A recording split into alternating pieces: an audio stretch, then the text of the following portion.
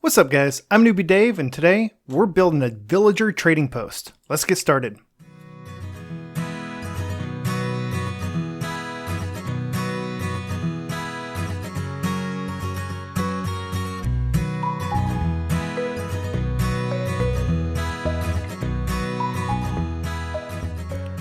How's it going everybody? Hope you're having a great day. I am super excited about this build. This is something that I've been wanting to do since season 1 and I just didn't get around to it. That was kind of the intent with, wow, it's really loud in here.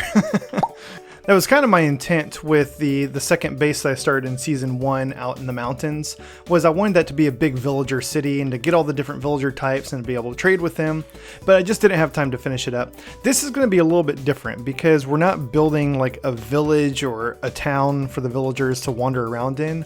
A villager trading hall or a villager trading post is a very specific type of villager build where you have all the villagers kind of trapped in place where they can't wander around, but you've got them locked into professions with trades that are really, really good. And so it's specifically aimed at getting really good trades from your villagers. Now we've already got our 20 villagers packed in here. If you were going to make a villager trading hall just out in the open, wherever you wanted, you could pack as many villagers in there as you wanted. Get 50 villagers, go crazy with it, get all the different trades. Because this is my iron farm, I'm limited by two factors. Mainly, the number of villagers that I can have. I can't get more than 20 villagers in here or it might break the iron farm. And then also space. I can't really build outside of this structure or again, it might break how the farm works. Now for this build, I'm mostly going to be using, it doesn't really require a lot of resources because we already have the structure built. We just need to do something to get the villagers into their little cubby holes to work. And so you can see it's not really going to take a whole lot of resources and most of these are really cosmetic. I'm finally going to start using some amethyst blocks for decoration. And then I've also got a bunch of job blocks to lock the villagers into the trades that I want. I've already got 4 farmer villagers. I'm going to keep them. They're locked into their professions. They couldn't change professions even if I put down a different job block. But the rest of them, they're just Fletchers because that was easy to get them in at the time. But I don't want Fletchers. I don't care about Fletchers. So instead, I'm going to be getting a ton of librarians. I'm going to try to be rolling lots of really good enchantment books so that I don't have to just try my luck at the enchantment table. So obviously, I'm going to try to get mending. I also want to get Unbreaking 3, Efficiency 5, maybe Silk Touch, and just some really good enchantment books from the different librarians. But I'm not going to just go crazy and have all the librarians with all the different enchantments. I feel like that would be kind of boring. You need a variety. So I'm also going to be getting like an armor smith, a toolsmith, a weaponsmith, cleric so I can get some ender eyes, a cartographer so we can get some like woodland mansion maps. Yeah, so a lot of this stuff, some of these really are just to get emeralds. Your armorers and toolsmiths and weaponsmiths, you can trade iron for emeralds, and I mean, we're building this thing into an iron farm. That's like free emeralds right there. So that's why I've got a bunch of these guys. So yeah, these are the professions I'm going to get. These are the resources I'm going to use to lock them in once I do get them. And first thing we need to do though is, because I'm going to be working in this kind of small area and there's 20 villagers running around, we need to corral these guys. We need to get them under control so that they don't get in the way. So to do that, I am going to try to just trap them in a bunch of boats. I've got a bunch of boats here. It's going to take at least 10 because you can get 2 villagers in a boat. I don't know if it's going to be that easy to get 2 villagers in every boat. So yeah, first thing we're going to do is just try to trap these guys.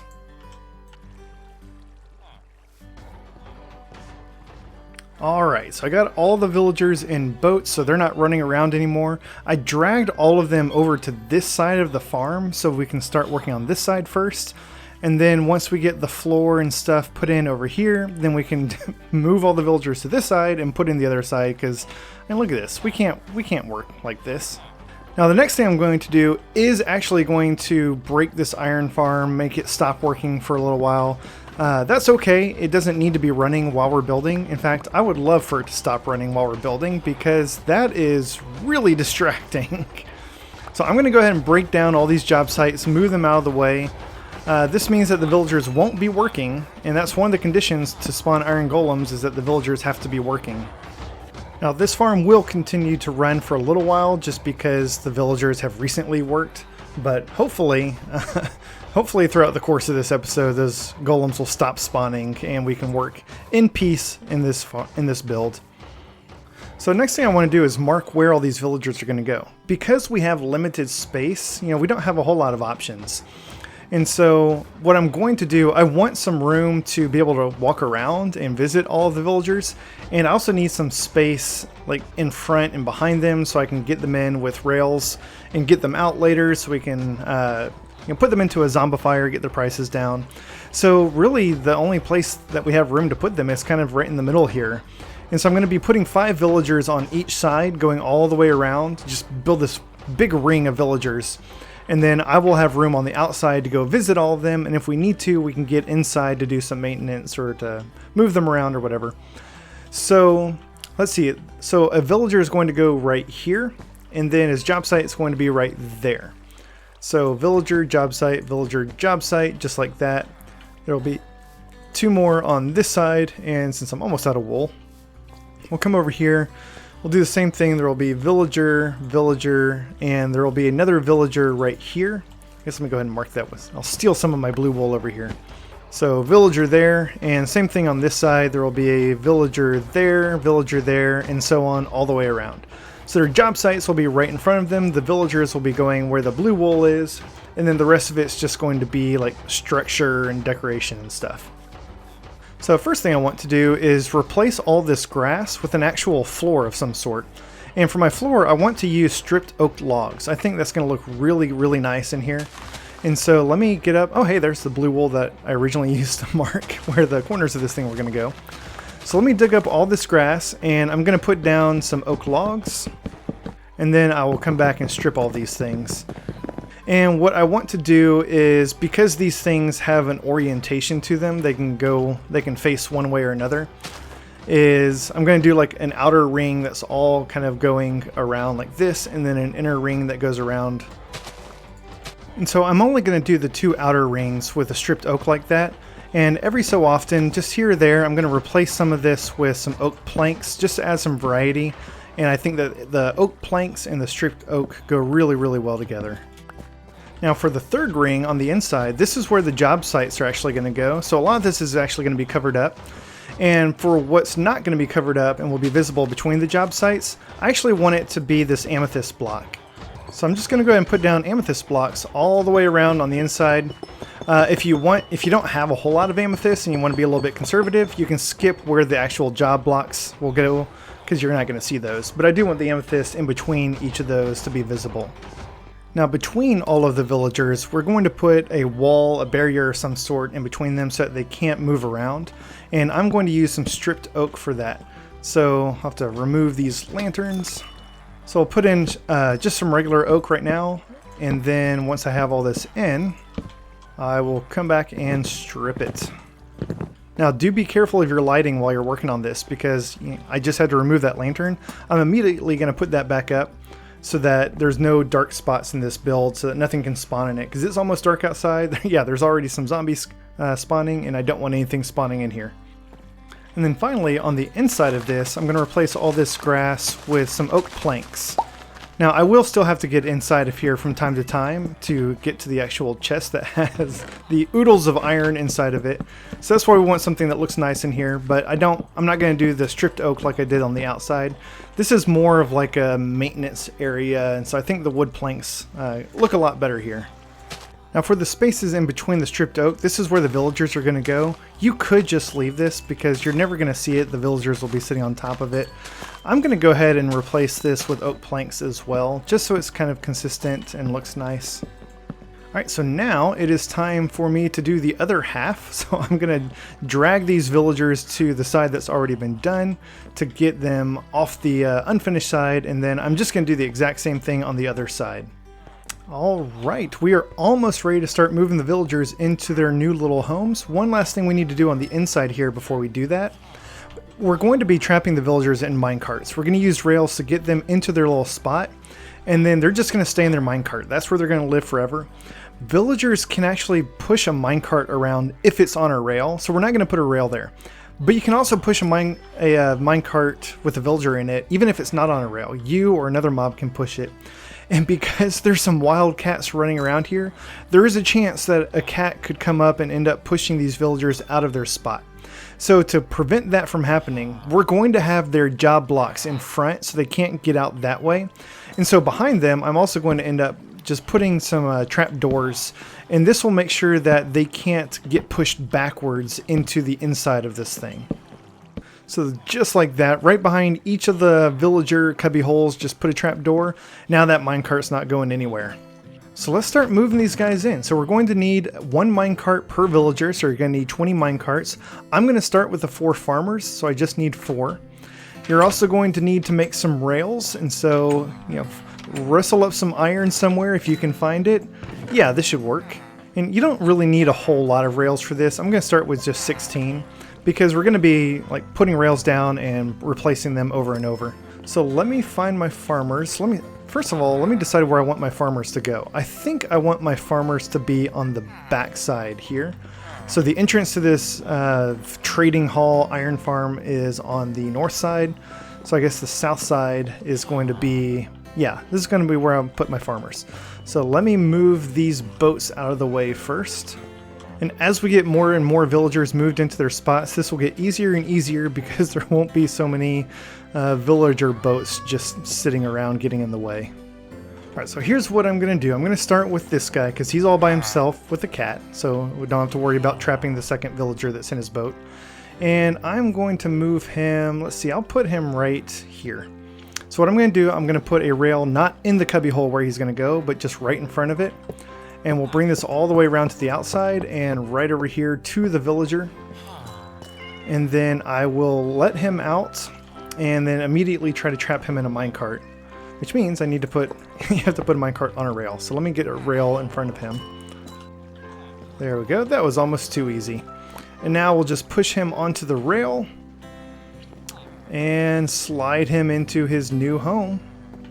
Perfect. I'm going to push him as far back as I can. He will stop when he hits that trap door behind him. And then we'll break the rail in front of him and put down a composter. Hopefully it's his. Does not look like the one that he bound to. So this is going to be the hard part, is getting the villagers to bind to the job site that's right in front of them. So let me see if I can find which one he wants to bind to. And it's none of those. This is going to be so much fun. So I'm going to be honest with you guys. This part of the process did not occur to me. I had assumed that the 4 farmer villagers that were already locked in, that they would just rebind to their composters once they were put down.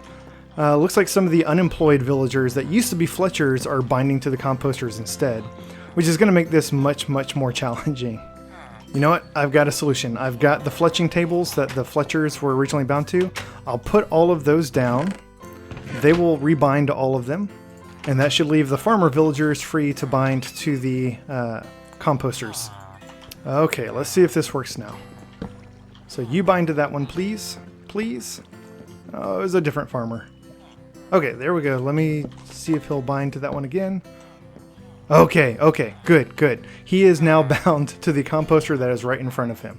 So let's get the other 3 villagers, farmers in here. I'm going to put one here. We'll skip the middle one. We'll go one here and one here.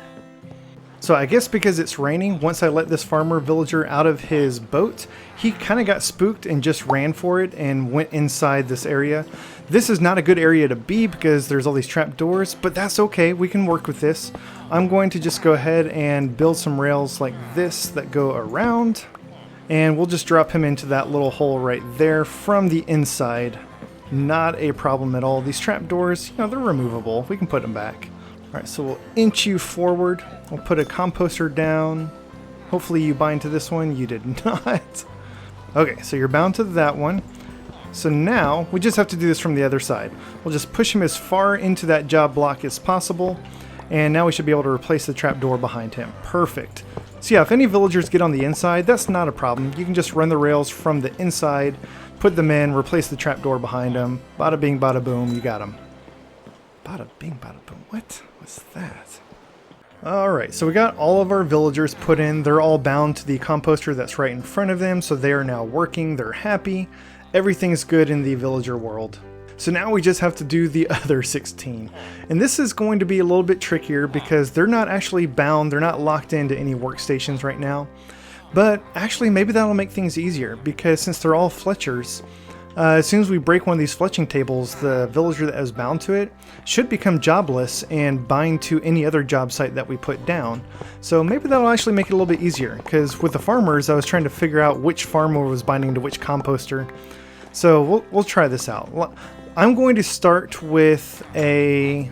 Let me see. I will do the smithing table, because there's only going to be one of these. I'll put this in the back with the farmers.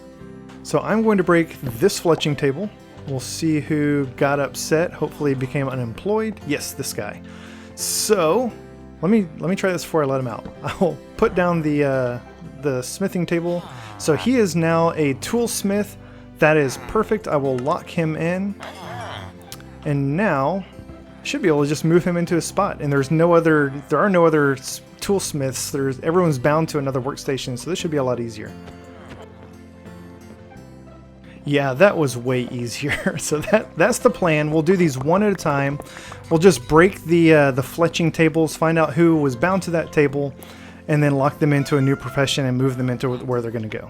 So we've got our 5 villagers in the back. These are really all just going to be our emerald traders. So I locked this guy in so I could trade iron to get lots and lots of emeralds. It's also going to be nice once we get him maxed out. He should be able to trade us emeralds for diamond tools. They'll be enchanted diamond tools. The enchantments will probably not be very good, but we can disenchant them and basically got free diamond tools. But he's really just there for the emeralds. So I'm going to do like all of my emerald traders on the back side, and then I'm going to save the front for my librarians. So let's see if we can find who's going to go next. I'm trying to remember what I've got all these professions for. I think, yeah, definitely my blast furnaces are going to be for emerald trades. So we'll break this fletching table. We'll see who is not happy about that. This guy over here. Perfect.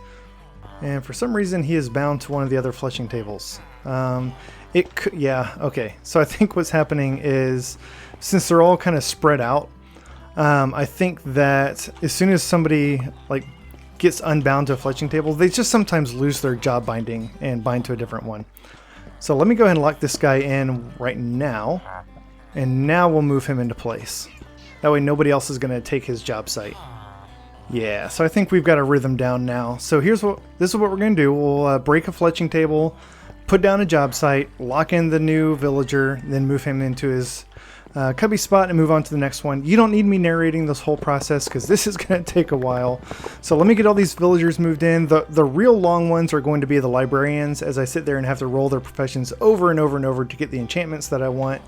So let me get all of these guys moved in. Let me get them bound to the jobs that I want, and then we can finish up the build for this thing.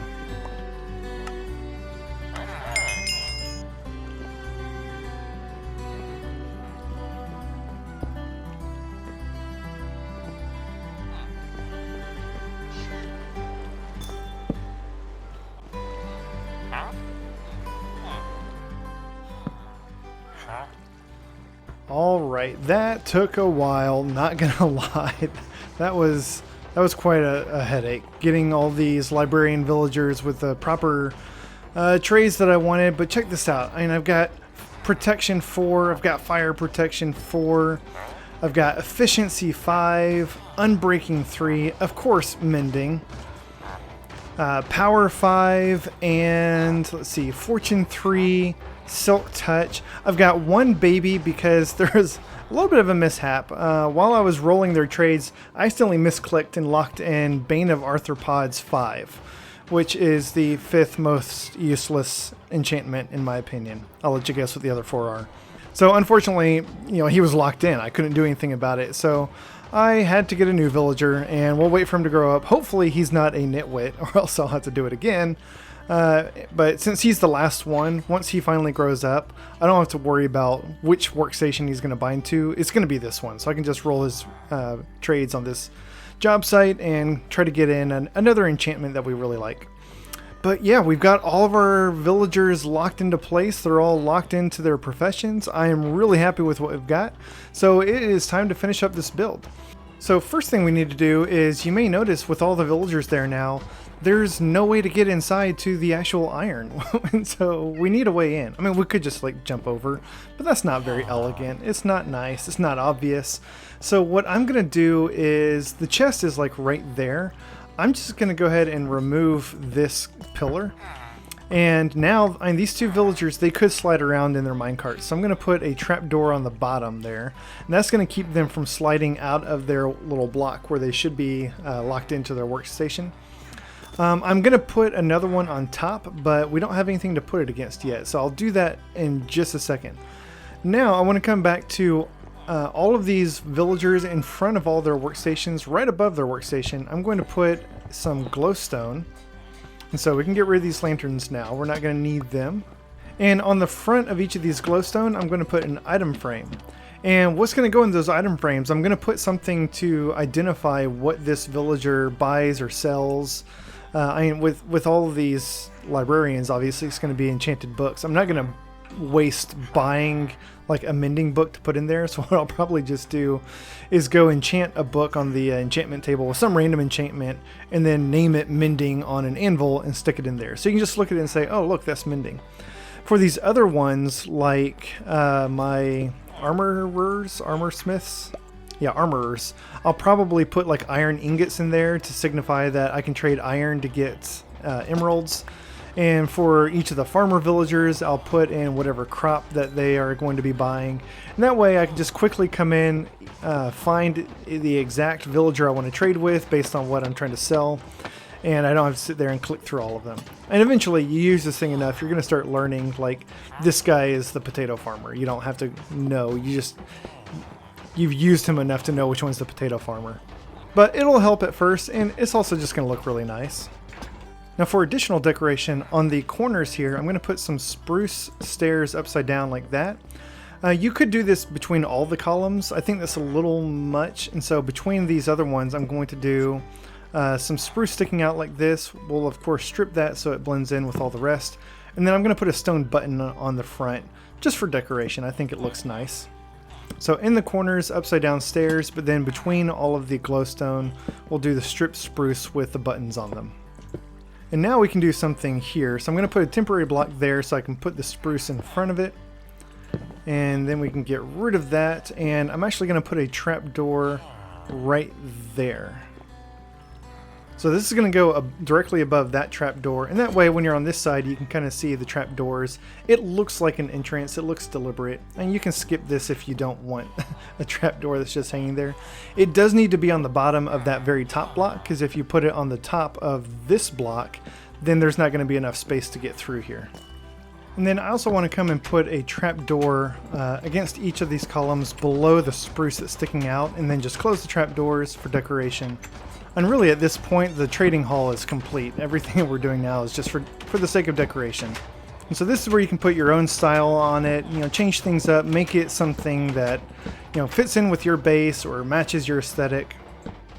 And I think that's gonna do it. So I got all of the items put into the item frames to identify what the villager buys or sells. So for example, both of these guys, I can sell iron to them to get emeralds.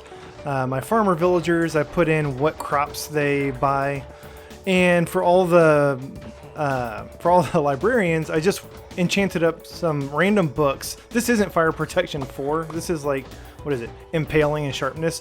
But I called it fire protection 4 on an anvil, so I can put it in there, so I can just look at the books and know what each of these guys sells. Over time, I'm just going to know that the guy in the middle sells mending, and I won't have to look at these anymore. But it looks really good, and it's a lot easier to see from a distance since these guys are kind of tucked back in their little cubby holes. My baby villager did finally grow up. I rolled his trade a couple of times until I got looting 3. I thought that was a nice little addition to the enchanted books that I've got over here. And you'll notice some of these prices, they're pretty steep. I mean, 33 emeralds for enchanting 3, 39 emeralds for power 5. But I'm not too worried about it, because eventually I'll build, a zombie machine that I can throw these villagers into. We'll zombify them, we'll cure them, we'll get their prices down, and we'll be able to buy these books for like 1 or 3 emeralds each. Plus, we've got so many different ways that we can make emeralds. We can sell iron, we can sell more iron, we can sell crops, we can sell paper. And so, I mean, emeralds are not going to be hard to come by, so I'm not too worried about the prices, and we'll get them down anyways. I am so excited about this build, you guys. I have wanted a villager trading hall like this for so long. There's so many good things you can get from it, and I'm just super excited to finally have one. That is going to wrap things up for today. Thanks to the miracle of editing, this video shouldn't be too long, but it did take a very long time to actually build. Most of that time was spent rolling the trades on the librarian villagers to get the enchanted books that I wanted. But even just getting them into their little cubby holes and getting everybody linked to the right blocks, it took a while. So plan ahead for that, and just be prepared for this build to take a little bit more time than usual. But thank you all so much for watching. I hope you enjoyed it. I'm really happy with this villager town hall, and I'm looking forward to using it.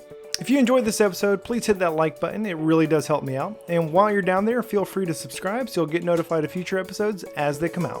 Thanks y'all, and have a great day.